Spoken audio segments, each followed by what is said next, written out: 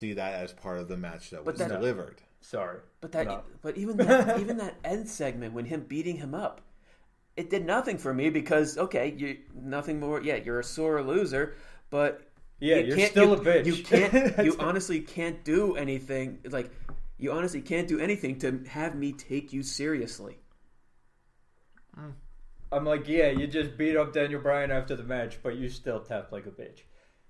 So it's which people are going to keep on buying into. Which honestly, and a big guy heel shouldn't be tapping like a bitch. That's not how big guy heels work. That's it. Well, again, I've got a feeling we're going to revisit this whole big cast issue in the near future. Moving on, we still have Carmella. It's in a feud that is in his level. We've got Carmella defeating Charlotte Flair, and you know what? It was surprising with their booking. I'm now taking what I've said earlier. This was the match I was hinting at earlier with Nia Jax and Alexa Bliss. This match should have been a lot quicker. I'm not saying it should have been a squash, but everything that they've established with Carmella leading into this match was completely thrown out the window in this. It was established that when she was Money in the Bank, she was trying to find with Charlotte knocked out, she tries to cash in. She gets up, she runs away because that's how she's being booked, as a cowardly heel who can't get the job done. And then you have the double iconics. Take her completely out, and that takes her opportunity to cash in, and now she's the one, she is the, as I like to call it, the Kevin Owens champion heel. Because when he was Universal Champion, all of his title matches had some sort of outside interference where he needed to keep the belt.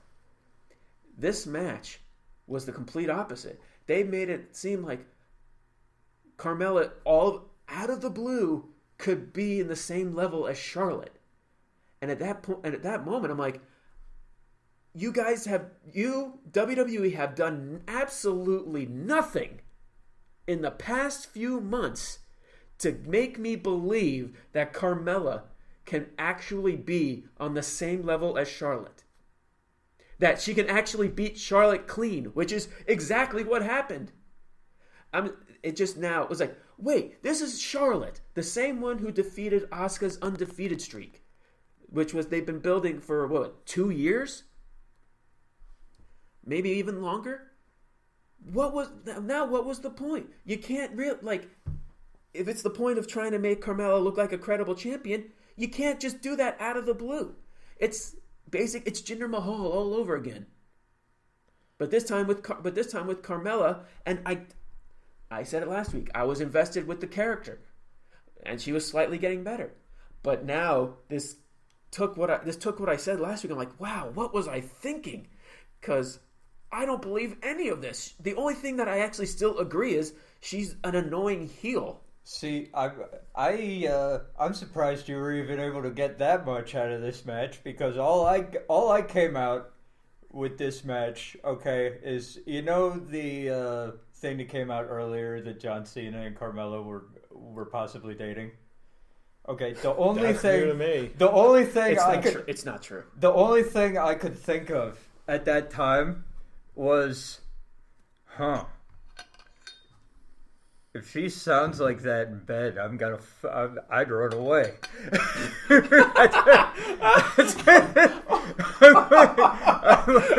Well, this discussion took a very odd turn. I could not pay attention to this match at all due to the screaming and the yelling and the way her voice would crack every time she'd start taunting Charlotte. I couldn't watch the match anymore because I couldn't take it.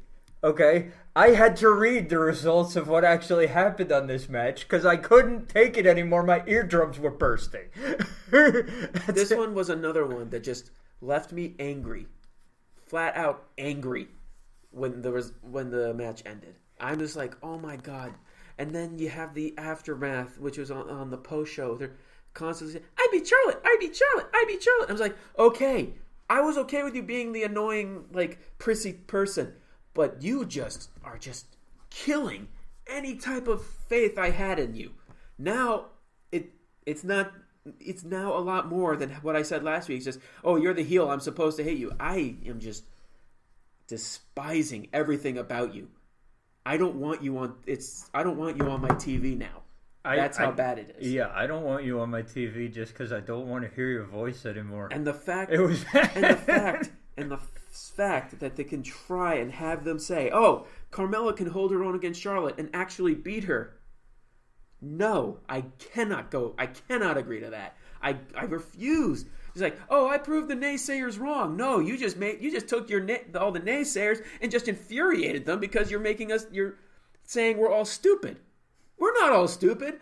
We're looking into this, and it just doesn't make sense.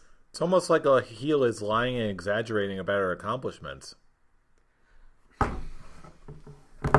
You know what? And that's perfectly fine. Okay. Except when this is more to it than just her being her heel character. This is a lot more to it than that. It's a lot more than that. You need to actually be good at doing your heel character and able to do it and screaming and yelling and being... When I'm not able to actually physically sit down and watch your matches because of what you're doing in the ring, not even the wrestling. I couldn't even tell you how good the wrestling was in this match because I couldn't pay attention to it. Because of all the screaming and the yelling. I tried to mute the TV. It didn't work because I hit the button too fast. But I had to walk away. I can't even give this match. I can't even put this match as a consideration in my in my rating later on because I didn't finish the match. I couldn't. That's how bad. That should add to your rating. That. There's being your heel character, and then there's being something else. And Carmella, that night in particular, okay, Carmella was being something else, not the heel character that I've grown to even appreciate a little bit on SmackDown. She went above and beyond on Backlash, and sometimes above and beyond is not a good thing. All right. Moving on, we've got AJ Styles and Shinsuke Nakamura in a no contest. Talk about a match that pisses everybody off. Really? When it comes to the match itself, it was an awesome match. This is as you were throwing at me before, this was my number 2 match. I do agree. The ending was shit. The ending pissed me off. Double dick kick. Granted, every time when those guys low blowed each other, the fans were going absolutely nuts. We're going absolutely nuts, and which I can actually confirm with my friend who was at the show. He's like, "Yes, we were losing our goddamn minds after every single low blow, and when they both did the double low blow kick, we were losing our goddamn minds." But when we actually realized that now they're at 6 count, 7 count, oh no, they're not going to end it like this, are they? 8 count, 9 count, 10 count, it's over. And that's my main thing with this match. Okay, you did that. Fine. Whatever. I now understand why this wasn't the main event. Okay, whatever. That's fine. You did this in New York. You did this. And it basically for me, and for a lot of people, when I read the internet and I watch videos and I do all this shit, okay, it did, in fact, ruin the enjoyability of the match for me. Like, I can't go back, watch it, and enjoy the first 20 minutes of the match knowing what's going to come in that 21st minute. I can't do it. It's never going to be enjoyable for me again. So yeah, it does bring the enjoyability of the match down for me because of sometimes bad booking decisions do that. Okay, it could take an awesome match and take it down to a merely okay one. And that's what this did for me. It's like, yeah, I know where we're going with it. I know that they're probably gonna they're either going for a last man standing kind of deal, or they're going for something else, and that's perfectly fine. But okay, first you're doing AJ Styles versus Shinsuke Nakamura. There was no way that you could fuck this feud up, but somehow, in my mind, the WWE found that way. They found I'm not enjoying this feud anymore. I barely enjoyed it in the first place, in the build up to WrestleMania. Okay, I barely enjoyed that, and now we're just going, hey, Shinsuke Nakamura is gonna give him a nut tap every week. Okay, and then we're gonna go to the pay-per-view, and how are we gonna end it? Double nut tap. Okay, progress, but really, this is your AJ Styles Shinsuke Nakamura storyline? I'm sorry, I can't do it. I can't. If they didn't do this at the Greatest Royal Rumble, where it was pretty much the exact same thing, the match ended on a 10 count. Granted, it was ring out. Like, that was the part that actually is the most infuriating part on me. Because, like I said, I loved the match. And if they didn't do it a week ago, if they didn't do the exact same thing a week ago, then the ending actually wouldn't have bothered me so much. But it's the fact that they're doing they did another 10 count to end the match is kind of infuriating. I understand they don't want to have a solidified winner, especially because now Shinsuke's the best thing that's going on with SmackDown. I'm sorry, I'm no speak English, and Renee's calling like, we all know you can speak English. You done it. Sorry, I forgot it. I'm like, he is the most. I love his charisma. He makes what he's saying so fantastic, and the fact like AJ Styles is nuts. Look at the camera. Look at the You see what I did there? But so am I. I'm like, all right. I'm not gonna lie. Like, it still angered me how the match ended. But with how SmackDown went and what him and AJ Styles said, I guess I'm kind of forgiving it. It's still just the fact that they did it 2 major events in a row, the same ending. Because I will say that I enjoyed this match heartily.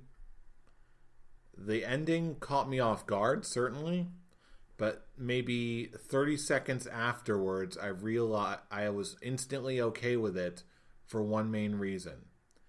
This is not the end of the feud. This is not the blow-off match.